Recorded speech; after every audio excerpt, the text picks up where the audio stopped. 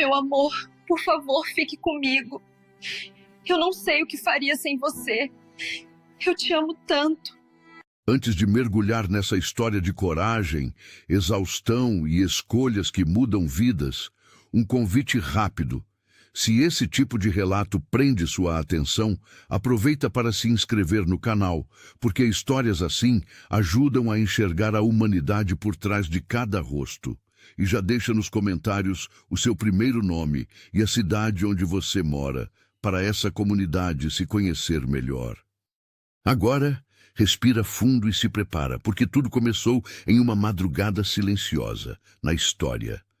Enfermeira ficou 5 noites seguidas, sem dormir para manter o milionário vivo, o que ele fez depois. A sirene discreta do monitor cardíaco disparou às 3h17 da manhã. Na penumbra da UTI de um hospital particular em São Paulo, a luz verde que piscava ritmicamente ao lado do leito 406 começou a oscilar em um padrão irregular. O som agudo rompeu o silêncio pesado do corredor, atravessando a cabeça latejante de uma enfermeira que já não sabia mais como era a sensação de dormir uma noite inteira. Ela estava em pé há tantas horas que o próprio corpo parecia feito de vidro trincado, prestes a ceder. O paciente no leito, um homem de pouco mais de 40 anos, pele pálida e barba por fazer, tinha o rosto parcialmente coberto por um respirador. Tinha sido notícia em jornais de negócios, revistas de viagens e perfis glamurosos em redes sociais. Mas ali, naquele quarto de UTI com cheiro de antisséptico, fio de soro e ar-condicionado gelado demais, ele não era capa de revista alguma. Era apenas um corpo lutando para não desistir. A enfermeira apertou o botão de chamada com a mão trêmula, os olhos grudados no monitor. "Vamos, Henrique", murmurou, quase num sussurro. "Aguenta mais um pouco." O nome completo dele era Henrique Lacerda Nóbrega, conhecido em reportagens como o brasileiro que transformou aeroportos de meio mundo em vitrines de luxo. Tinha negócios em Nova York, Dubai, Paris, Lisboa. Tinha jatinhos, fotos em coberturas de hotéis e entrevistas falando sobre performance e resultado. Mas quem estava prestes a perder tudo naquela madrugada não era o empresário, era o homem. O traçado no monitor caiu de repente. A linha não ficou reta, mas os picos se tornaram perigosamente baixos e espaçados. O ar na sala pareceu ficar mais denso. "Não agora, não na quinta noite", ela sussurrou, apertando os lábios. A equipe médica correu para o quarto. 2 residentes, um intensivista, um fisioterapeuta respiratório. O ar se encheu de vozes curtas, técnicas. "Saturação caindo. Aumenta a pressão do ventilador. Vamos revisar as medicações. Ele não pode entrar em fadiga, não agora." No canto direito do leito, de trás de uma máscara cirúrgica e óculos de proteção embaçados, a enfermeira sentia as pernas falharem. 5 noites, 5 plantões seguidos, trocando folgas, cobrindo colegas, convencendo a chefia de que era melhor não mexer na rotina do paciente. A verdade é que a rotina que ela não queria mexer não era a do paciente. Era a dela com ele. Ninguém sabia, mas Henrique reagia melhor quando aquela voz específica falava perto do seu ouvido. Ela percebia pequenas alterações. O dedo que se mexia, o músculo do maxilar que relaxava, a frequência cardíaca que estabilizava alguns segundos depois de escutar seu tom de voz calmo, firme, quase íntimo. A ajuda técnica estava ali por todos os lados. A diferença naquela madrugada era a presença dela. Enquanto o intensivista ajustava parâmetros do ventilador e os residentes cruzavam dados no prontuário eletrônico, a enfermeira se aproximou ainda mais da cabeceira, inclinando o rosto para perto do dele. "Henrique, é a Ana", disse com a voz rouca de cansaço. "Não escolhe ir embora agora. Você ainda tem coisa para fazer aqui fora, ouviu?" O monitor apitou de novo, ainda irregular, mas com um leve aumento nos picos. Para qualquer um, poderia ser apenas uma flutuação aleatória. Para ela, era um pequeno sinal de resposta. O médico olhou de relance para a enfermeira. Ana, fica aqui do lado dele. Continua falando. Parece que ele escuta você melhor que todos nós juntos. Ela soltou um meio sorriso cansado, sem saber se ria ou chorava. O médico voltou sua atenção ao respirador. Quinta madrugada seguida, né? Comentou sem tirar os olhos dos parâmetros. A chefia vai brigar com você. Ana sabia disso. Sabia dos protocolos, dos limites de jornada, dos riscos para a própria saúde. Mas sabia também que nas outras noites em que precisou se ausentar por alguns minutos, Henrique tinha apresentado quedas repentinas. Ninguém conseguia explicar direito. No papel, todos os cuidados estavam lá. Na prática, algo faltava. Faltava ela, ao menos na cabeça dela. Enquanto a sala fervilhava com termos técnicos, Ana segurou a mão esquerda do paciente com delicadeza, como se tocasse porcelana antiga. Os dedos dele estavam frios, marcados por pequenas manchas roxas do acesso venoso. O contraste da pele masculina, firme, com a sutileza do gesto dela, criava na cena uma tensão silenciosa, como se um fio invisível ligasse os dois, sustentando aquele corpo à beira do colapso. Mesmo exausta, a enfermeira inclinou o rosto, aproximou-se do ouvido dele e sussurrou. Se você sair dessa, um dia vai entender o que essas 5 noites significaram. E não é sobre o seu dinheiro. Por um breve segundo, o traçado do monitor se estabilizou. Foi tão rápido que qualquer um poderia chamar de coincidência. Mas foi ali, exatamente nessa fração de segundo, que algo em Henrique, em algum lugar entre a inconsciência e a memória, registrou uma voz, uma frase, um tom. Sem que ninguém percebesse, a história dele estava sendo rearranjada, e aquela mulher de olhos vermelhos e uniforme amarrotado se tornaria um divisor de águas entre o antes e o depois. E por incrível que pareça, naquela noite em que ele poderia ter simplesmente apagado, começou a nascer a decisão mais estranha e mais corajosa que ele tomaria na vida. O que ele faria depois daquelas 5 noites não estava num contrato, nem em nenhum dos países onde tinha negócios. Estava, sem saber, na palma da mão de uma enfermeira que mal conseguia ficar em pé. Quem era a enfermeira que não dormia?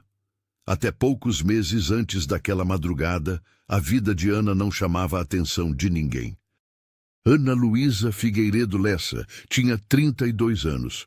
Cabelo castanho escuro, sempre preso num coque improvisado, olhos muito pretos que pareciam maiores ainda por causa das olheiras eternas. Magra, de estatura mediana, tinha uma postura curiosa. Os ombros caídos de cansaço, mas o queixo sempre ligeiramente erguido, como quem se recusa a baixar a cabeça para a vida. Nascida em Belo Horizonte, tinha se mudado para São Paulo aos 23, depois de se formar em enfermagem numa universidade federal.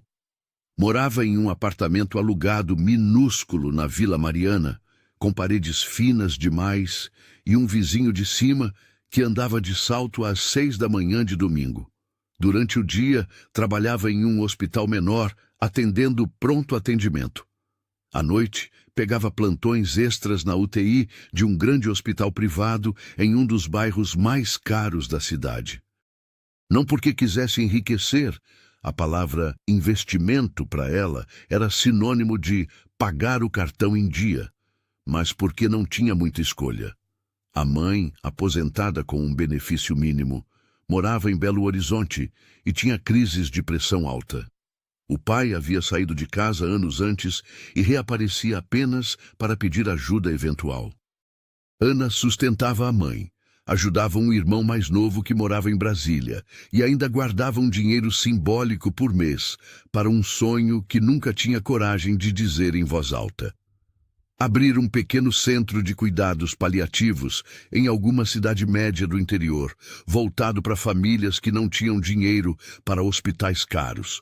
Um lugar com janelas largas, plantas na varanda e gente que escutava as histórias dos pacientes, não só os sintomas.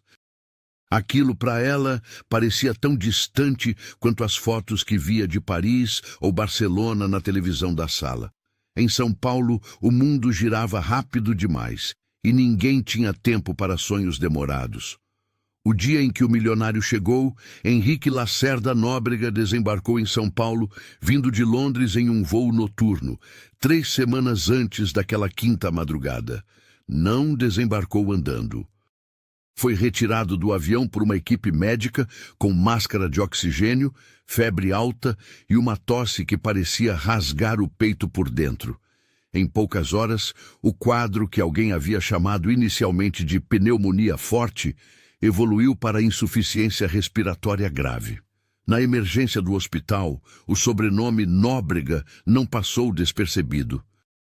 Um dos médicos mais experientes da instituição o reconheceu de uma entrevista na televisão, meses antes, sobre uma nova parceria de Henrique com um grupo de hotéis em Lisboa e Dubai. "Esse cara aí não é aquele dos restaurantes em aeroporto?"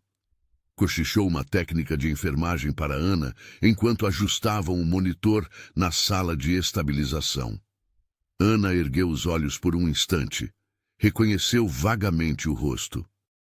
As sobrancelhas bem desenhadas, o cabelo ligeiramente ondulado, agora colado à testa pelo suor da febre. "Deve ser", respondeu sem grande interesse. "Aqui dentro, todo mundo é igual." Ela falava aquilo não por slogan, mas por experiência. Já tinha segurado a mão de gente anônima e de gente conhecida. Sofrimento não pedia CPF nem endereço. O quadro de Henrique piorou mais rápido do que o esperado. "Vai para o CTI", determinou o pneumologista de plantão. "Quadro muito agressivo. Vamos entubar." Em menos de 12 horas, o empresário que costumava atravessar continentes em aviões executivos estava preso a um leito, respirando com a ajuda de um aparelho, rodeado por fios, bombas de infusão e um silêncio duro. Ana estava no primeiro dos plantões extras que faria naquela sequência. Ela viu quando ele foi transferido para o quarto 406. Viu o jeito aflito da prima dele, Mariana, que tinha voado do Rio de Janeiro às pressas ao receber a notícia. Viu também, pela porta entreaberta, os 2 seguranças discretos do lado de fora. Ordem da empresa de Henrique. No relatório de enfermagem, o nome dele vinha acompanhado de termos como VIP, alta complexidade, sem visita ampliada. Detalhes administrativos que, no fundo, pouco significavam para quem tinha de acordar de hora em hora para virar o paciente de lado e evitar lesões na pele. A primeira noite. Na primeira noite, Ana ainda achava que seriam 2 ou 3 dias mais intensos. Ela lia os parâmetros no monitor com a objetividade de quem já tinha visto quadros graves. Mas havia algo no jeito como o peito dele subia e descia que a deixava inquieta. Era como se cada respiração fosse uma negociação entre o corpo e uma vontade invisível de desistir. Às 2 da manhã, sozinhos no quarto, com a equipe reduzida fazendo rondas pelos corredores, Ana parou por alguns segundos ao lado da cabeceira, observando o rosto dele. Sem os holofotes da vida pública, Henrique parecia mais jovem. Os traços permaneciam firmes, mas havia uma fragilidade que nenhuma foto em revista deixaria ver. Um corte pequeno no canto do queixo, cicatriz antiga que contava uma história que ela nunca saberia. A barba crescida em desalinho, contraste com os ternos alinhados que apareciam nas capas de revista. Ana ajeitou o lençol, verificou o acesso do soro, conferiu as bombas de medicação. Antes de sair do quarto, parou de novo. Por um impulso quase infantil, encostou a mão no braço dele. "Boa noite, Henrique." disse, num tom que usava com pacientes conscientes. Se quiser ficar por aqui, a gente cuida de você. Era só um comentário solto, um hábito. Ana tinha aprendido com o tempo que falar com pacientes, mesmo inconscientes, ajudava a lembrar que havia alguém ali, não apenas um corpo. Naquela primeira noite, ela não imaginava que aquela boa noite seria o começo de uma relação silenciosa que a deixaria sem dormir por 5 madrugadas seguidas. Quando o cansaço vira escolha, a segunda noite foi pior. O quadro clínico de Henrique teve uma queda brusca. Precisaram ajustar doses, discutir antibióticos, chamar especialistas. Ana, que tinha feito um turno completo em outro hospital durante o dia, chegou ao plantão noturno com os olhos ardendo e a mente trêmula. Poderia ter pedido para outra pessoa ficar no lugar dela, poderia ter trocado, mas não pediu. Na terceira noite, quando a chefia sugeriu que ela descansasse, Ana respondeu com uma calma estranha. Ele reage melhor quando escuta minha voz. Deixa eu ficar até estabilizar. Não havia, até aquele momento, nenhum dado científico que comprovasse isso. Mas também não havia nada que comprovasse o contrário. E, na prática, pequenas coisas chamavam a atenção. Toda vez que Ana se aproximava, mesmo sem encostar, a frequência cardíaca ficava ligeiramente mais estável. As oscilações diminuíam. O padrão das curvas respiratórias parecia menos caótico. Os médicos comentaram.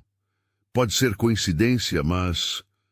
Se você não estiver exausta, continua, disse o intensivista, na terceira madrugada, com um suspiro resignado. Só não esquece que você também é humana, Ana. Ela deu de ombros como quem diz, não se preocupa. Mas se preocupava, não com ela. Com o paciente que, inconsciente, parecia se agarrar àquela voz como última âncora. O mundo do lado de fora. Lá fora, o noticiário econômico comentava a ausência temporária de Henrique Lacerda das reuniões em Nova York. Um portal espanhol de negócios especulava sobre atrasos em uma inauguração em Barcelona. Um blog de viagens postava uma foto antiga dele em frente à Torre Eiffel em Paris, com a legenda "Cadê Henrique, sumido das redes?". Ninguém fazia ideia de que, enquanto isso, em um quarto de UTI de São Paulo, um par de olhos negros lutava para ficar abertos noite após noite, segurando literalmente o fio que ligava aquele homem, respirando por aparelhos à realidade. Ana não tinha tempo para portais internacionais. No máximo lia as mensagens da mãe, no celular, no rápido intervalo entre um procedimento e outro. Filha, comeu alguma coisa? Vou rezar por você e por esse paciente aí. Não esquece de descansar um pouco. Te amo. Ela respondia com frases curtas. Tô bem, mãe. Depois te ligo. Também te amo. E voltava para o quarto 406. O que Henrique ouvia no escuro. Por volta da quarta noite, algo mudou dentro da mente de Henrique. No profundo escuro em que estava mergulhado entre sedação e exaustão, fragmentos de sons começaram a se organizar. Não como memórias claras, mas como ecos. Uma voz feminina falando sobre minha mãe em Belo Horizonte. Um riso rápido depois de um comentário bobo de algum residente. Uma frase sussurrada perto do ouvido. Você ainda tem coisa para fazer aqui fora. Dentro daquele torpor, Henrique não sabia seu nome, não sabia em que cidade estava, não sabia o que tinha acontecido. Mas registrava um padrão. Quando aquela voz surgia, o medo, que até então vinha em ondas, se afastava alguns centímetros.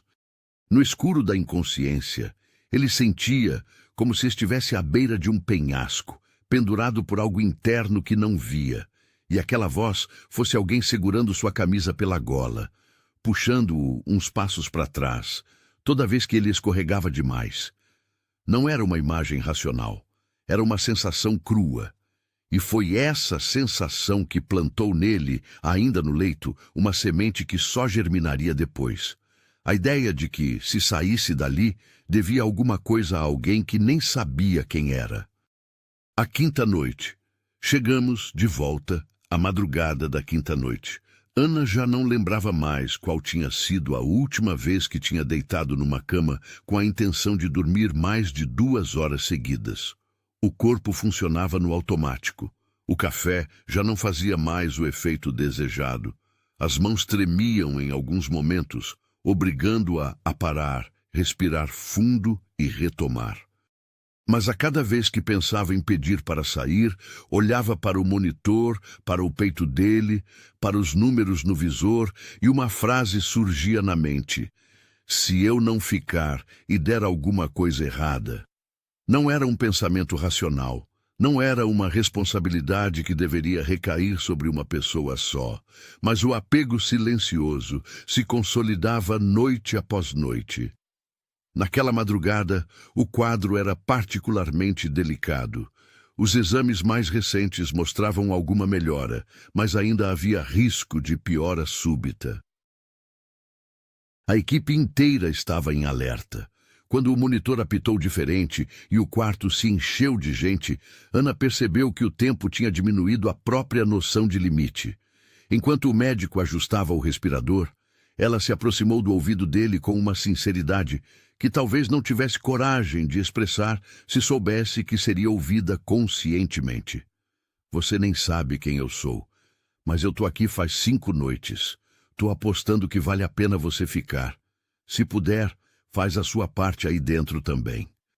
Foram palavras simples, mas naquelas condições tinham o peso de um pacto. O quadro, depois de longos e tensos minutos, começou a responder. Não foi um milagre súbito, nada de linhas retas virando curvas perfeitas, nada de som triunfante de filme. Foi aos poucos. A saturação subiu um pouco, a pressão estabilizou. O traçado respiratório ganhou um padrão menos caótico. No meio da equipe aliviada, um dos residentes comentou: parece que hoje ele escolheu ficar. Ana respirou fundo, apoiou a mão na grade do leito e sentiu, por um instante, o mundo rodar. Precisou fechar os olhos para não desmaiar. A culpa, o medo, o cansaço, tudo se misturava num redemoinho silencioso. Ninguém ali sabia, mas do lado de dentro, Henrique tinha registrado mais uma vez aquela voz que o chamava de volta. E sem entender por quê, decidiu obedecer. O despertar. Os dias seguintes foram um longo corredor de recuperação. A sedação foi sendo reduzida devagar. As doses de medicação ajustadas. A febre finalmente começou a ceder. Henrique passou a alternar momentos de inconsciência mais profunda com lampejos de quase acordo. Na primeira vez em que abriu os olhos por alguns segundos, viu apenas borrões. Luz branca, uma figura de máscara, o som ritmado de um aparelho, e cortando tudo aquilo, uma frase baixa, dita perto do seu ouvido. Calma, Henrique, você está no hospital em São Paulo. Sua prima já foi avisada. Tá tudo sob controle. As palavras "tá tudo sob controle" soaram estranhas, porque nada estava sob controle na cabeça dele. Mas o tom com que foram ditas tinha uma firmeza serena que fez com que o medo, por um segundo, recuasse. Ele tentou mexer a mão. Sentiu a pressão de dedos quentes segurando os seus. Quis perguntar: quem é você? Mas a boca não respondeu. A consciência cedeu de novo, engolida pelo cansaço. Quando abriu os olhos outra vez, algumas horas depois, viu pedaços do teto. Um aparelho grudado no braço. A própria respiração ainda pesada, mas agora mais sua do que da máquina. Dessa vez, a figura ao lado da cama tinha os olhos bem visíveis, acima da máscara. Eram olhos escuros, fundos, com um brilho cansado e atento. Henrique? A voz perguntou, percebendo a mudança sutil no olhar dele. Se você está me ouvindo, mexe um pouquinho os dedos da mão esquerda. Ele obedeceu. Os olhos dela sorriram por cima da máscara. Isso. Muito bem. Seja bem-vindo de volta. Nesse momento, ele ainda não fazia ideia de quem era aquela mulher de uniforme azul claro crachá pendurado no peito e cabelo preso apressadamente. Mas foi com essa imagem que associou pela primeira vez uma forma à voz que vinha resgatando seus pedaços no escuro. A primeira conversa demorou ainda 2 dias até que Henrique conseguisse falar de fato. A intubação deu lugar a uma máscara de oxigênio mais simples. A voz saiu rouca, magoada, como se não fosse usada há anos. O quarto estava silencioso, iluminado parcialmente pela luz que entrava por uma janela alta, revelando um pedaço qualquer de céu cinza de São Paulo. Ana anotava valores no prontuário quando ouviu um som fraco. Oi! Virou-se rápido. Henrique a observava com olhos ainda pesados, mas claramente presentes. Bom dia, ela disse aproximando-se. Vai devagar, sua garganta ainda está machucada. Ele engoliu em seco e tentou formular a pergunta que vinha queimando, mesmo que ainda não soubesse muito bem qual era. Quanto tempo? Alguns dias intensos, respondeu com diplomacia.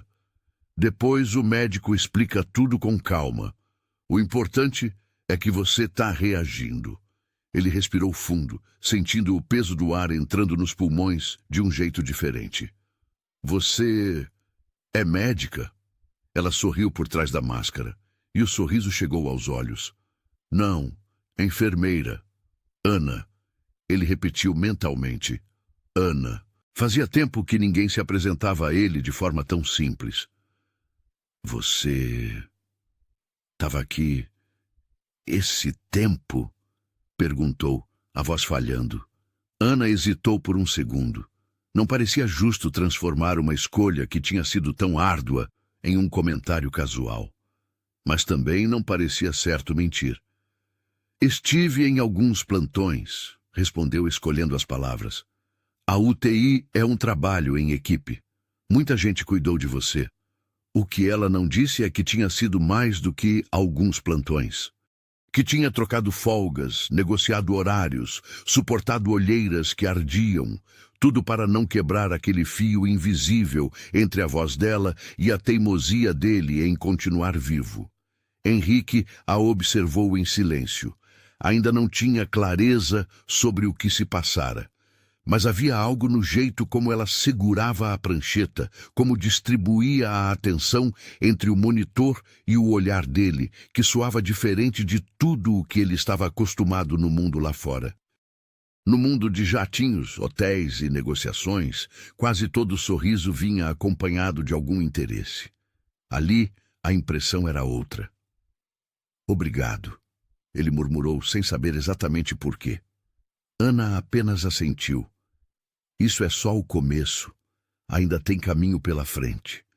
O lado que ninguém via de Henrique. Com o passar dos dias, conforme Henrique foi recobrando a consciência, os pedaços da sua vida voltaram à memória como cenas de um filme confuso. Lembrou da reunião em Londres, das piadas no bar do hotel, de uma tosse insistente que tinha ignorado porque a agenda é agenda. Lembrou de um voo atrasado, de uma conexão perdida em Lisboa, da sensação de estar sempre correndo contra o relógio. Lembrou, com um incômodo frio no estômago, de uma conversa com seu braço direito, ainda em Nova York, semanas antes da doença. Você precisa desacelerar, Henrique, o amigo tinha dito. Não dá para viver em 3 fusos horários ao mesmo tempo para sempre. Henrique tinha rido, respondendo com um brinde. A gente descansa quando tudo estiver rodando sozinho. Tudo nunca ficava pronto. Agora, preso a um leito, vendo o tempo andar na velocidade dos remédios e das visitas de médicos, Henrique foi obrigado a encarar um silêncio que vinha adiando por anos. Era estranho perceber que, mesmo com tanto dinheiro movimentando sua vida, não havia uma única pessoa, fora uma prima preocupada, que pudesse largar tudo por 5 noites seguidas para ficar ao lado da sua cama na UTI. Pelo menos, não alguém do seu círculo mais próximo. O que fazia, então, uma enfermeira exausta segurar sua mão e sussurrar palavras de incentivo madrugada adentro? Essa pergunta começou a incomodá-lo de maneira quase física. A revelação no corredor. A revelação sobre as 5 noites não veio diretamente de Ana. Veio de um comentário solto, num corredor, feito por outro enfermeiro. Henrique já estava consciente o suficiente para perceber quem entrava e saía do quarto. Um dia, após um exame, um enfermeiro chamado Rafael comentava com uma técnica, sem notar que a porta tinha ficado entreaberta. A Ana quase caiu dura aqui outro dia, você viu? 5 noites seguidas, sem descanso direito, grudada naquele leito. Falei para ela que não é assim que se faz, mas ela é teimosa. A técnica respondeu em tom de reprovação misturado com admiração. Também, né? Criou um vínculo com o paciente VIP. Se ele souber metade do que ela fez... A voz se perdeu no corredor. Henrique, dentro do quarto, sentiu as palavras ressoarem. 5 noites seguidas. Quase caiu dura. Criou um vínculo. Um calor estranho subiu pelo peito. Era uma mistura de gratidão, incômodo e um tipo novo de vergonha. Vergonha de perceber que alguém que ganhava, talvez uma fração microscópica do que ele ganhava, tinha apostado noites inteiras do próprio corpo e da própria saúde na luta pela vida dele. E ele mal lembrava do rosto dela inteiro. A conversa que mudou tudo naquela tarde, quando Ana entrou no quarto para mais um procedimento de rotina, encontrou Henrique com os olhos fixos no teto. Ele parecia tenso, diferente dos dias anteriores. "Tá sentindo alguma dor?" Ela perguntou automática. "Não", ele respondeu sem desviar o olhar.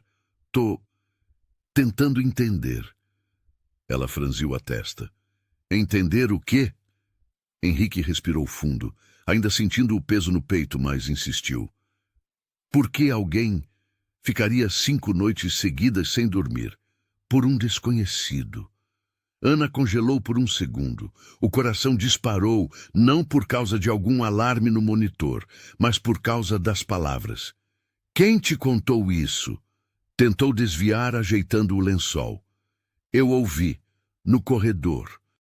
"Não precisa mentir para me poupar, Ana." Ele virou a cabeça devagar até encontrar os olhos dela. "Foi você, não foi?"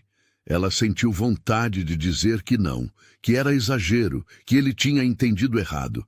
Mas essa vontade vinha no fundo de um medo infantil de parecer vulnerável, de alguém achar que ela tinha feito aquilo por algum tipo de interesse. E isso, mais do que tudo, a irritava. Então, decidiu encarar de frente. "Foram 5 noites com plantões seguidos, sim", admitiu. "Eu troquei algumas escalas. Outros colegas também ajudaram, ninguém faz nada sozinho aqui." Ele continuou olhando. "Por quê?" Ela respirou fundo, procurando a explicação mais honesta. "Porque você estava no limite. E porque, por algum motivo, sua resposta aos estímulos era melhor quando havia alguém falando com você de perto. E eu estava ali." Ele franziu levemente a testa. "E isso é normal? Não é o ideal, se você quer saber. Mas normal não é uma palavra que combine muito com UTI", respondeu com um meio sorriso cansado. "Aqui dentro, a gente faz o que dá para fazer com o que tem. Se a minha voz te ajudava a se acalmar, eu não ia desperdiçar isso." Ele permaneceu em silêncio por alguns segundos, digerindo. Isso não estava na sua obrigação. "Muita coisa que a gente faz aqui não está na descrição do cargo." Ela rebateu com delicadeza. "Vem de outro lugar. Talvez de algum medo que a gente tem de ser o próximo na cama. Não sei." A sinceridade crua daquela frase pegou Henrique de surpresa. Ele a encarou com mais atenção, como se pela primeira vez estivesse vendo de verdade a pessoa atrás do crachá. Os cabelos presos com alguns fios soltos pela testa, as olheiras profundas, a pele marcada pelo cansaço, um detalhe pequeno, as unhas curtas e sem esmalte, algumas com manchas de caneta. Nada naquela mulher dizia glamour, luxo, mundo. Mas tudo nela dizia presença. Você se machucou por minha causa. Ele concluiu com um misto de culpa e gratidão. Pelo menos se prejudicou. Ela deu de ombros. O corpo aguenta mais do que a gente imagina. E no fim, você tá aí, né? Respirando. Henrique sentiu uma risada seca sair da garganta, quase um soluço. E como eu agradeço isso? A pergunta pairou no ar, pesada. Ana pensou alguns segundos antes de responder. Você não me deve nada, Henrique, disse por fim. Isso aqui é trabalho. Ainda que eu tenha me envolvido mais do que o protocolo recomenda, isso fala mais sobre mim do que sobre você. Ele não se deu por satisfeito. Trabalho nenhum exige que uma pessoa passe 5 noites sem dormir direito por outra. Ela sustentou o olhar. Então pega essa frase e guarda. E decide você mesmo o que vai fazer com isso quando sair daqui. Ele ainda não sabia, mas essa resposta tão simples foi o gatilho da decisão que mudaria a vida dos dois. O depois começa a tomar forma. Henrique teve alta da UTI 2 semanas depois daquela conversa. Foi transferido para um quarto de internação menos crítica, ainda com suporte, mas com menos aparelhos, menos apitos, menos olhares imediatos. Ana continuou trabalhando na mesma unidade, mas a rotina não permitia que ficasse tanto tempo exclusivamente com ele. Ainda assim, passava pelo quarto algumas vezes por turno para checar curativos, medicações ou apenas para dar um bom dia. Numa dessas visitas rápidas, encontrou Henrique com um notebook aberto, expressão concentrada. Era a primeira vez que o via com algo que lembrasse sua vida lá fora. Já voltou para os negócios? Ela comentou num tom leve, verificando o frasco de soro. Ele fechou o computador devagar. Ainda não. Tô escrevendo umas coisas. Coisas tipo perguntas. Respondeu sem entrar em detalhes. Na verdade, ele tinha uma lista aberta na tela, com frases soltas. Quanto vale uma noite de alguém que não te conhece? Quem cuidaria de mim se eu não tivesse dinheiro? Por que, com tudo o que tenho, me senti tão sozinho aqui dentro? O que eu realmente faço com a segunda chance que ganhei? Intercaladas a essas frases, havia anotações sobre conversas com Ana, expressões que ela tinha usado, trechos que o tinham marcado. Aqui dentro, muita coisa não está na descrição do cargo. Talvez a gente faça isso com medo de ser o próximo na cama. Decide você o que vai fazer com isso quando sair daqui. Ele ainda não sabia a resposta, mas sabia que o depois não poderia ser apenas voltar para o mesmo ritmo de viagens, negociações e inaugurações em cidades como Nova York, Madrid ou Dubai, fingindo que nada tinha acontecido. Um pedido inusitado. Poucos dias antes da alta hospitalar, Henrique pediu para ver Ana fora das trocas rápidas de curativo. Esperou um momento tranquilo da UTI e pediu ao médico que a chamasse para uma conversa mais reservada na sala de reuniões da ala, onde normalmente eram discutidos casos complexos. Quando ela entrou na sala, estranhou o ambiente. Estava acostumada a vê-lo deitado de avental, cercado de fios. Agora, ainda magro e pálido, ele estava sentado, usando uma roupa simples, moletom cinza e calça de algodão, os cabelos um pouco mais ajeitados. Achei que estivesse descansando, ela comentou, puxando uma cadeira. Descansar demais, dá tempo para pensar demais. Ele respondeu com um sorriso curto. E eu precisava falar com você antes de ir embora. Ela cruzou as mãos sobre a mesa. Fala. Henrique respirou fundo, como se organizasse mentalmente uma apresentação de negócios. Percebeu o próprio impulso e quase riu da ironia. Aquela não era uma reunião de contrato. Eu já vivi em avião, em sala de reunião em Londres, Nova York, Tóquio. Ele interrompeu o próprio fluxo, lembrando-se de que Tóquio não era exatamente um lugar que a maioria das pessoas via na televisão com frequência, mas continuou. E honestamente achei que já tinha visto todo tipo de negociação possível. E viu Ela provocou, com um brilho curioso no olhar. Não, porque a negociação mais importante eu fiz aqui, sem assinar nada, sem falar nada. Ele respondeu. Eu precisei de você para ficar vivo, e você escolheu ficar. Ela inclinou a cabeça. E eu não quero sair daqui e simplesmente mandar flores e um relógio caro como forma de agradecimento. Isso seria, na melhor das hipóteses, preguiçoso. Na pior, ofensivo. Ana arqueou a sobrancelha. Não sou muito fã de relógios caros mesmo. Então me ajuda, ele pediu de maneira surpreendentemente direta. Me diz qual é o tipo de agradecimento que faria sentido para você. A pergunta a pegou de surpresa. Estava acostumada a receber, no máximo, chocolates, bilhetes, às vezes uma mensagem emocionada de família de paciente. Mas nunca alguém tinha perguntado que forma de gratidão faria sentido para ela. Isso não é sobre o que eu quero, ela respondeu meio na defensiva. Você não precisa transformar isso em mais uma transação. Não estou falando de transação, ele insistiu. Estou falando de coerência. Você me deu 5 noites. Eu estou tentando descobrir o que eu dou em troca, sem estragar tudo. Ela ficou em silêncio por alguns segundos, encarando a mesa. Aquela frase, sem estragar tudo, mexeu com algo dentro dela. Se você quer mesmo fazer alguma coisa, começou devagar, escolhendo as palavras como quem pisa em terreno frágil.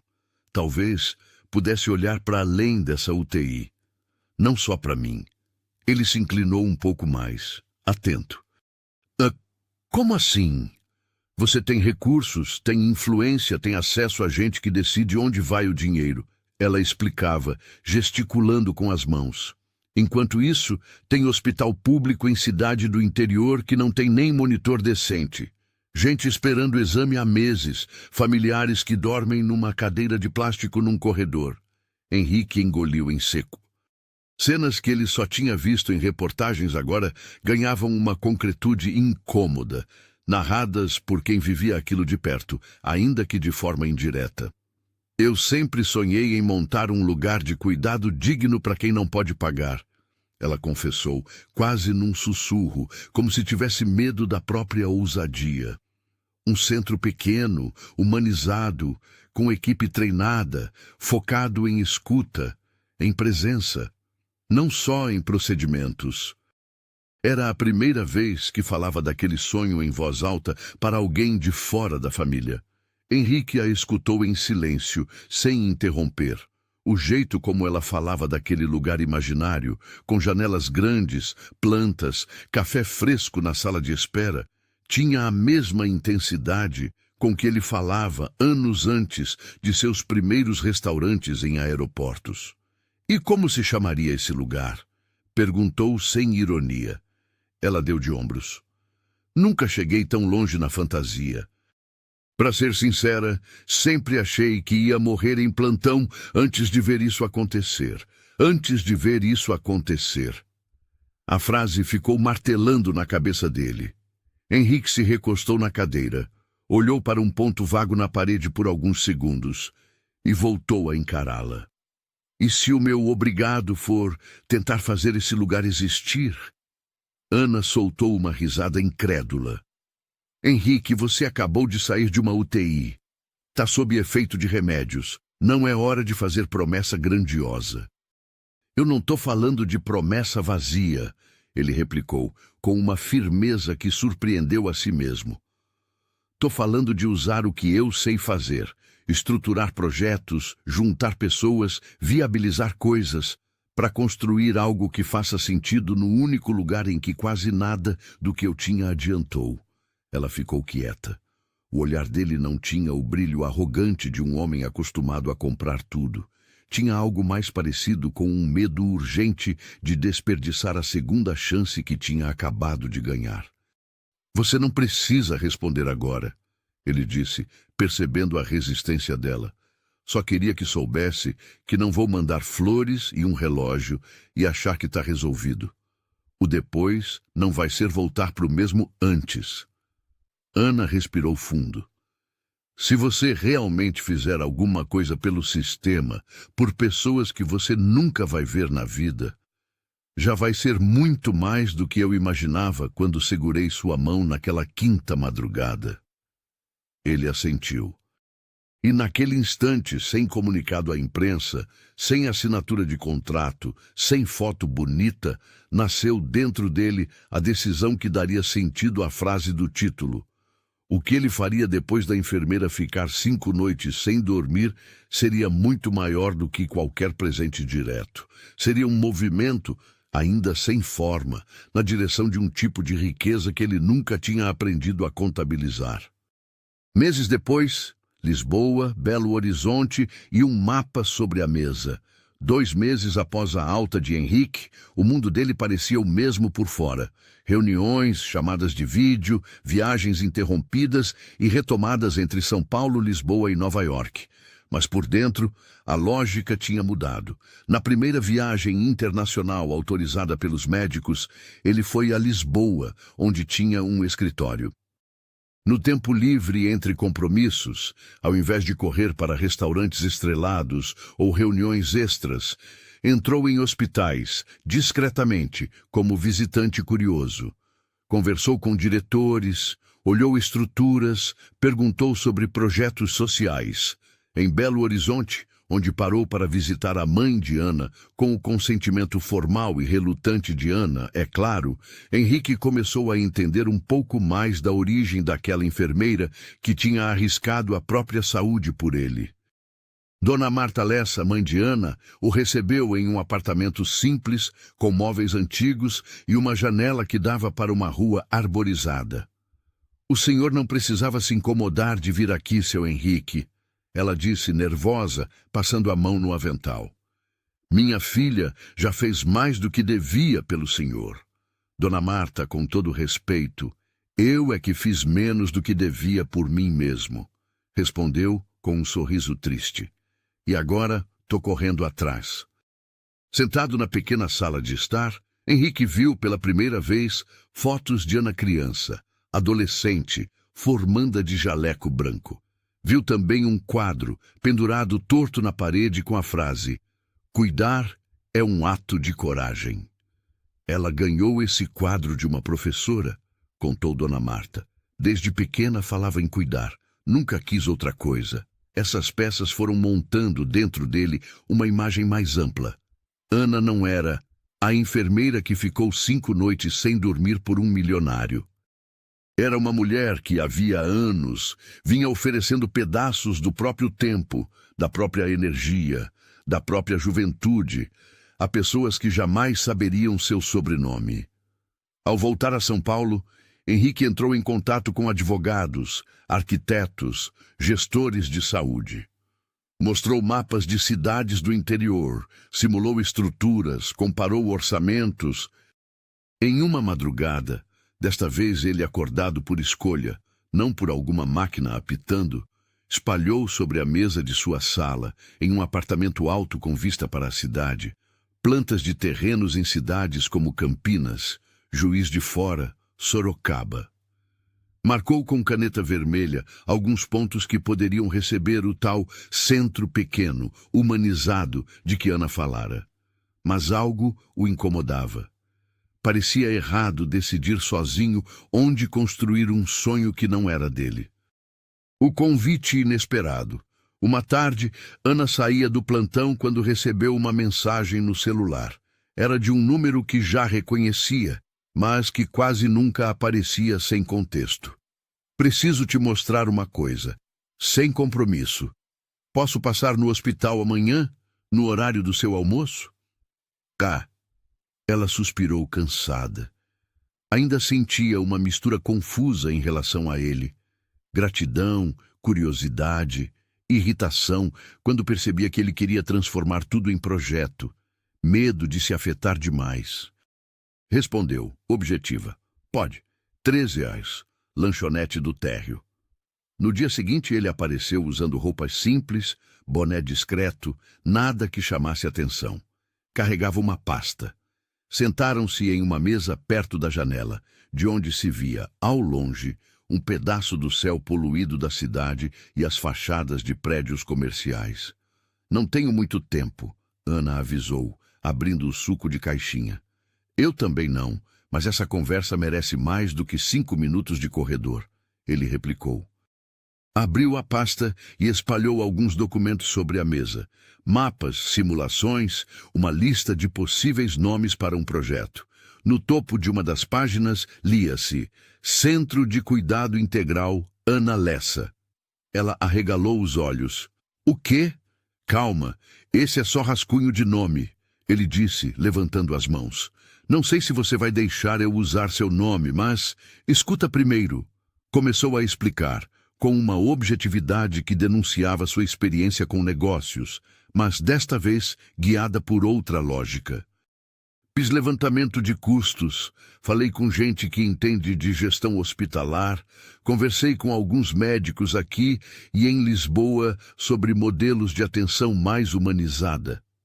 Cheguei à conclusão de que é possível montar, em fase piloto, um centro de cuidados continuados e paliativos em uma cidade média com equipe decente, atendimento digno e um modelo misto de financiamento, uma parte paga, uma parte subsidiada. Ele dizia, apontando para os números. Eu entro com o capital inicial, com parcerias, com minha equipe de gestão, mas não vou colocar o meu nome na fachada. Não seria coerente. Esse lugar nasceu da sua fala, não da minha. Ana ouviu atônita. Henrique, isso é gigante. Para mim é só o começo, respondeu sem arrogância. E honestamente, é o mínimo que posso fazer com a segunda chance que recebi. Ainda fico devendo. Ela folheou os papéis. Viu plantas de um prédio de um andar, com corredores amplos, quartos com janelas grandes, uma varanda com plantas, uma sala de estar com poltronas confortáveis. Você pensou nos detalhes, comentou tocando numa miniatura de croquis, onde se via uma parede com fotos de família. Quando você falou da janela e das plantas, não consegui tirar essa imagem da cabeça, ele confessou. Mas tem um problema. Qual? Não faz sentido eu decidir tudo isso sem você. Não faz sentido o depois ser sobre um milionário que foi salvo. E então resolveu salvar o mundo. Isso seria vaidoso demais. O que faz sentido para mim é construir algo com quem entende a rotina do lado de dentro. Ela o encarou, surpresa. Você está me chamando para... Que exatamente? Para ser cofundadora, conselheira, chame como quiser, ele respondeu. Não vou te tirar da enfermagem se você não quiser, mas quero que você tenha voz em tudo isso. Da planta do espaço até o treinamento da equipe. Quero que esse lugar seja uma extensão de tudo o que você colocou em prática naquelas 5 noites, mas de forma sustentável, sem você precisar quase desmaiar de cansaço. Ana riu, nervosa. Nunca pensei em ser cofundadora de nada. Nem eu pensei em quase morrer aos 40 e poucos anos, retrucou com uma sinceridade leve. A vida não é muito boa em seguir nossos roteiros. Ela mordeu o lábio inferior, passando os olhos nos mapas. E se isso der errado? Perguntou em voz baixa. E se for só uma coisa bonita no papel? Henrique respirou fundo. Errar tentando fazer algo assim é muito diferente de errar ignorando que alguém passou 5 noites sem dormir por você. Esse erro eu não quero cometer. Os olhos de Ana encheram-se de lágrimas, pela primeira vez desde que o conhecera fora da UTI. Você tem noção de que, se isso sair do papel, não vai ser só um agradecimento para mim, vai ser para gente que nunca vai pronunciar o seu sobrenome direito. É a ideia, ele respondeu suavemente. Chega de construir coisas só para quem já tem tudo. Ela ficou em silêncio por alguns instantes longos. No fundo, uma parte dela gritava para dizer não, para se proteger. Outra parte, mais antiga, a mesma que sonhava com um lugar de cuidado desde a faculdade, pulava desesperadamente, pedindo para dizer sim. Eu topo, Conversar mais sobre isso, disse enfim. Não vou dar resposta definitiva hoje, mas topo participar da construção, se for sério. Ele sorriu, aliviado. Já é mais do que eu esperava. Entre a gratidão e o afeto. Nos meses seguintes, as vidas de Ana e Henrique se entrelaçaram de um jeito que nenhum dos dois teria previsto. Continuaram a se encontrar inicialmente em reuniões formais, com arquitetos, gestores e médicos. Visitavam terrenos em cidades do interior paulista, depois mineiro. Entravam em hospitais públicos. Conversavam com profissionais desgastados e pacientes cansados. Houve uma visita, em particular, a um hospital em Campinas, que marcou os dois. Um senhor de 60 e poucos anos, com câncer avançado, dividia um quarto apertado com outros 2 pacientes. A filha dele, sentada em uma cadeira de plástico, segurava sua mão com a mesma delicadeza com que Ana segurara a de Henrique na UTI.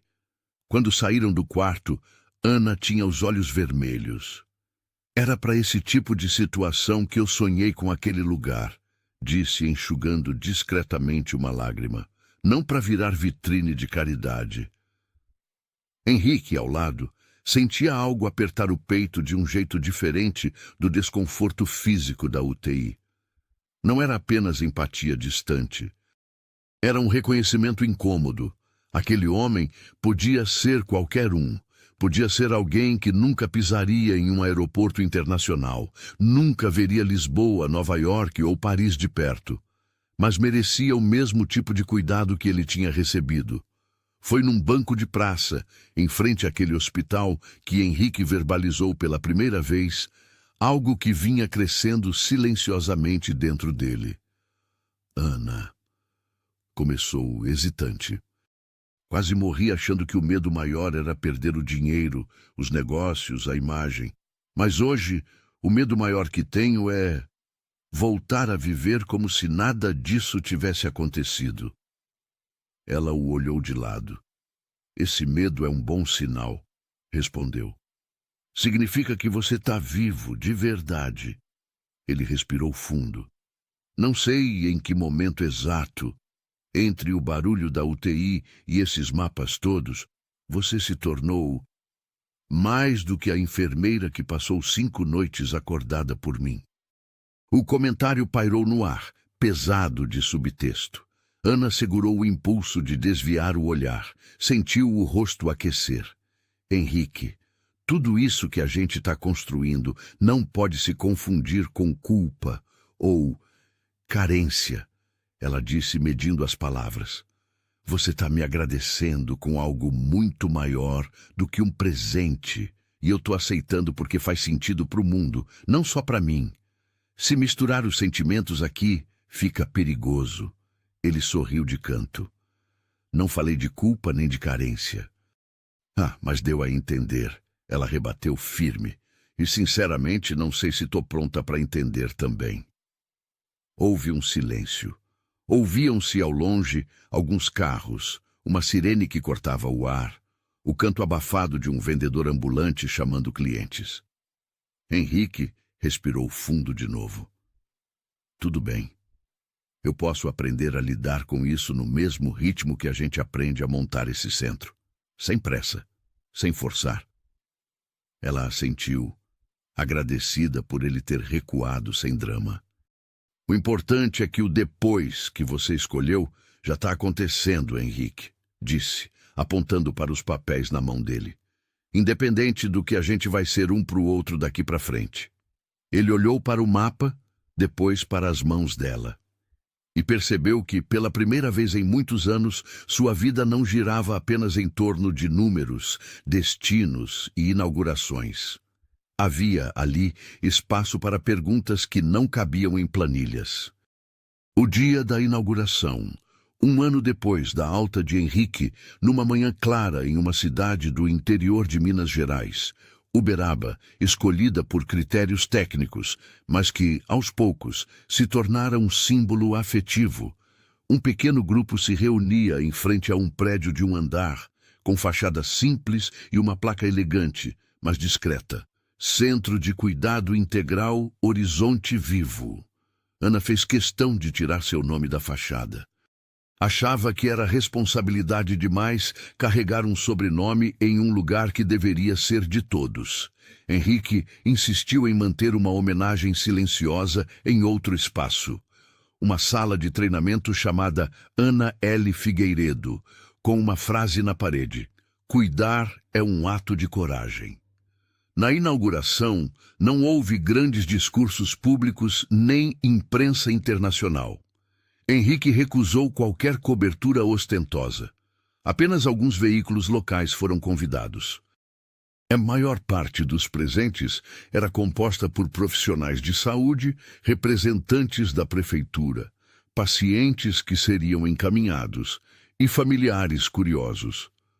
No pequeno auditório, improvisado para a ocasião, Henrique e Ana sentaram lado a lado, à frente. Ele, de blazer sem gravata, aparência mais serena do que nas fotos antigas de revista. Ela, de jaleco branco com o crachá e um brilho nos olhos que mesclava incredulidade e orgulho. Um representante da Secretaria de Saúde falou algumas palavras protocolares. Depois, passou o microfone a Henrique. Ele levantou, respirou fundo e, pela primeira vez desde que tudo começara, contou, em público, a verdadeira origem daquele lugar. Há um ano eu estava preso a um leito em uma UTI em São Paulo. Começou a voz firme, mas emocionada. Tinha dinheiro em vários países, negócios em várias cidades, uma agenda cheia de compromissos. Mas, naquela cama, nada disso importava. O que me segurou ali foram as mãos e as vozes de pessoas que eu nem conhecia. Em especial, de uma enfermeira que por 5 noites seguidas escolheu ficar acordada, além do que qualquer descrição de cargo exigiria, para que eu não desistisse de continuar vivo. Um murmúrio percorreu o auditório. Ana baixou os olhos constrangida. Aquela experiência me mostrou 2 coisas. Ele continuou. Primeiro, que o sistema de saúde, público ou privado, depende de gente anônima que doa pedaços da própria vida todos os dias, sem capa de revista, sem manchete. Segundo, que não faz o menor sentido alguém sobreviver a uma UTI e voltar para o mesmo mundo sem mexer 1 milímetro na maneira como usa seu tempo e seus recursos. Ele olhou de relance para Ana. O Horizonte Vivo nasceu de uma conversa simples, numa sala de hospital, quando essa enfermeira me disse que sonhava com um lugar de cuidado digno para quem não pode pagar. Contou.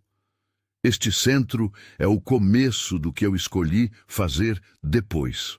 Não como caridade, não como marketing, mas como compromisso. Pausa. Eu não posso devolver a ela as 5 noites que tirou do próprio corpo por mim. Disse, a voz embargando levemente. Mas posso, junto com muita gente que acreditou nesse projeto, multiplicar o efeito da coragem dela em centenas de outras noites, para pessoas que ela talvez nunca venha a conhecer. Aplausos preencheram a sala. Ana, envergonhada e tocada, permaneceu sentada, tentando conter as lágrimas. Não gostava de ser centro das atenções, mas naquele momento não havia fuga possível. Vários olhares se voltaram para ela, alguns de admiração, outros de curiosidade. Quando o microfone foi oferecido, ela pensou em recusar, mas Henrique inclinou-se e murmurou. Fala, do seu jeito. Ela se levantou, sentindo as pernas um pouco trêmulas, pegou o microfone, respirou fundo e decidiu não fazer um discurso ensaiado. Falou como falava com pacientes, simples, direta, honesta. Eu não queria estar aqui como a enfermeira que salvou o milionário. Começou, ouvindo algumas risadas leves. Queria estar aqui como alguém que faz parte de uma categoria que segura o mundo da saúde com a força que tem, e às vezes com a que não tem. Olhou em volta, vendo rostos de técnicos, enfermeiros, médicos. Aquela história das 5 noites não é um mérito meu. É um sintoma do quanto a gente se desdobra todos os dias. Eu apenas levei isso ao extremo, com as consequências no meu corpo, mas também com o privilégio de ver alguém usar a segunda chance que teve para olhar para além do próprio umbigo. Voltou-se para Henrique por um instante. Quando ele me perguntou como podia agradecer, eu podia ter pedido qualquer coisa para o meu uso pessoal, mas tem momentos na vida em que a gente percebe que o medo de ficar sozinho não é o único medo que importa. Tenho medo de passar por aqui sem deixar nada melhor para quem vem depois. Fez uma pausa. Esse lugar aqui é uma resposta a esse medo. Não é perfeito, não vai resolver todos os problemas, não vai salvar todo mundo. Mas, se conseguir garantir que algumas pessoas passem pelo fim ou por fases muito difíceis, com dignidade, já vai ter valido cada noite mal dormida. Novos aplausos. Henrique, ouvindo aquelas palavras, sentiu algo se reorganizar por dentro mais uma vez. Não era mais o homem que tinha medo de perder negócios em Paris ou compromissos em Nova York. Era alguém que, agora, tinha medo de não estar à altura da coragem daquela enfermeira. O depois entre eles. Depois da inauguração, a vida não se transformou imediatamente em conto de fadas para nenhum dos dois. Ana continuou trabalhando em São Paulo, dividindo-se entre o hospital e viagens periódicas a Uberaba, para participar da consolidação do Horizonte Vivo. Passava a ver, de forma concreta, famílias sendo acolhidas em quartos iluminados, pacientes tendo não apenas medicação, mas escuta, toque, companhia. Henrique continuou viajando, mas agora com um mapa de prioridades diferente. As idas a Lisboa e Nova York passaram a incluir encontros com organizações de saúde, possíveis parceiros para ampliar o modelo. As fotos em conferências perderam espaço para fotos informais em corredores de hospital, de jaleco emprestado, ouvindo histórias de gente que antes não entraria no seu radar. Entre uma agenda e outra, mantinham contato. Ligavam-se por vídeo para discutir problemas práticos do centro. Falta de alguns insumos, dificuldade de contratação de equipe no começo, famílias em conflito. E, inevitavelmente, acabavam falando também de outras coisas. Filmes, livros, medos, cansaços. O vínculo que nasceria naturalmente daquela experiência compartilhada era inevitável. Mas ambos tinham medo. Ana temia confundir gratidão com amor, admiração com dependência, respeito com ilusão. Já tinha visto relações assim desandarem, com desequilíbrios de poder e frustrações. Henrique temia colocar sobre ela a responsabilidade de preencher um vazio interno que a doença apenas tinha revelado, não criado. Por isso, caminharam devagar. Um dia, em uma viagem rápida a Paris para uma reunião com possíveis financiadores europeus, Henrique caminhava às margens do rio Sena, olhando casais sentados em bancos, turistas tirando fotos, famílias passeando. Pegou o celular e, quase sem pensar, enviou uma mensagem de áudio para Ana. Você acreditaria se eu dissesse que, mesmo estando em Paris, o lugar que mais faz sentido para mim hoje ainda é aquele quarto 406 em São Paulo e essa casa em Uberaba? Ela respondeu alguns minutos depois por texto. Eu acredito, e fico feliz que você não tenha esquecido de onde veio o seu depois. Só não esquece que a vida também acontece fora do hospital, tá? Aquela troca simples, despretensiosa, sintetizava o equilíbrio difícil que buscavam. Não negar o vínculo intenso que os unia, mas também não reduzi-lo a um romance impulsivo, nascido de uma experiência traumática.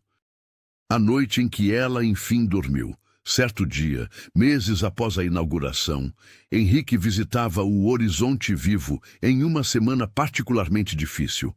Uma sequência de casos complexos, equipes cansadas, dúvidas administrativas. Ana estava lá, há 2 dias, sem praticamente parar. Não em 5 noites seguidas, como na UTI, mas em jornadas longas, acompanhando a implantação de protocolos, acolhendo familiares, treinando novos enfermeiros. No fim da tarde, sentou-se numa sala de descanso, as costas coladas à parede, o jaleco amarrotado, a cabeça latejando. Henrique apareceu na porta, batendo de leve com os nós dos dedos. Bati o ponto para entrar, ele brincou tímido. Ela riu, cansada. Se você está aqui para dizer que eu estou exagerando na carga de trabalho, saiba que a ironia é grande. Ele se aproximou, sentando-se na poltrona ao lado.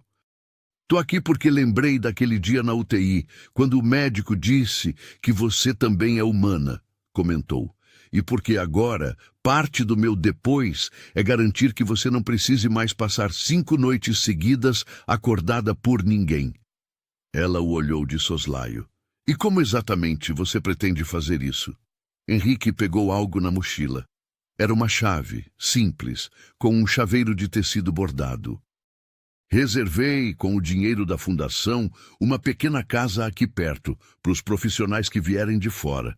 Quarto simples, cama decente, travesseiro confortável. Hoje, oficialmente, essa cama é sua, disse, estendendo a chave. Ordem médica pessoal. Você vai dormir uma noite inteira. Sem apito de monitor, sem visita interrompendo, sem plantão estendido. Ana franziu a testa. Henrique, não posso simplesmente... Começou a protestar. Pode sim. A equipe que você treinou dá conta de uma noite sem você. Se não der, a gente errou em algum ponto do processo, retrucou com firmeza. Você me deu 5 noites acordada. O mínimo que posso fazer é te garantir, pelo resto da vida, muitas noites inteiras de sono em segurança. Ela encarou a chave, emocionada. Não era um anel, não era uma joia, não era uma viagem de luxo. Era uma cama, uma casa, um lugar para descansar. Coisas tão simples que na vida corrida da enfermagem muitas vezes pareciam luxo.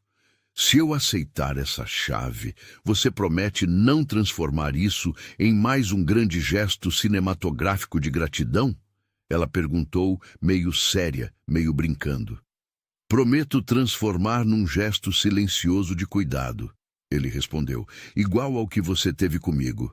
Ela respirou fundo, sentindo pela primeira vez em muito tempo uma vontade real de simplesmente deitar e apagar. Pegou a chave. Tá bom. Hoje eu deixo você ser o cuidador da história. Ele sorriu. Fechado. Horas depois, naquela noite, Ana deitou em uma cama limpa, num quarto simples, com uma janela que dava para o céu escuro de Uberaba. Antes de adormecer, pensou no título que, um dia, alguém poderia dar à história deles. Enfermeira ficou 5 noites seguidas sem dormir para manter o milionário vivo. O que ele fez depois? E antes que completasse a frase mentalmente, o sono a levou. Pela primeira vez em muito tempo, dormiu profundamente, sem sobressaltos, sem culpa, sem alarme. Do outro lado da cidade, Henrique olhava o céu pela janela do quarto de hóspedes do centro, sentindo uma paz estranha. Entendeu, enfim, que o depois que havia escolhido não era só abrir um centro, doar dinheiro ou fazer discursos. Era aprender a cuidar também de quem cuida. Era oferecer a quem tinha segurado sua vida por 5 noites, algo que parecia banal, mas era revolucionário. Descanso. Não apenas para ela, mas, indiretamente, para todos os profissionais que dali em diante passariam por aquele lugar. E talvez, em algum ponto entre a UTI de São Paulo, os mapas sobre a mesa, os corredores de Uberaba, as ruas de Belo Horizonte e as margens do Sena em Paris, algo parecido com amor tivesse nascido. Mas esse sentimento, diferente das máquinas da UTI, não precisava de monitor. Bastava, aos poucos, ir aprendendo a respirar. No fim dessa história, fica um convite. Se essa narrativa tocou você de alguma forma, se inscreve no canal, deixa o seu like e compartilha com alguém que você respeita muito. E para mostrar que você chegou até aqui e entende o peso de cada gesto silencioso de cuidado, comenta apenas uma palavra nos comentários: gratidão. Essa palavra simples resume o que passou entre a enfermeira e o milionário, e pode virar um hábito na sua vida também.